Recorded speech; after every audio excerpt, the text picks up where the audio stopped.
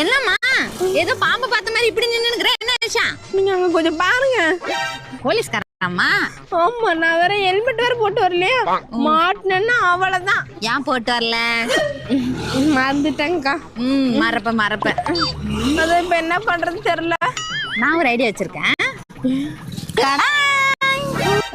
அக்கா எனக்கு ஹெல்மெட் நான் வாங்கிக்க மாட்டேன். ஆல்ரெடி எங்க வீட்ல இருக்குது, கொண்டு வர மறந்துட்டேன்.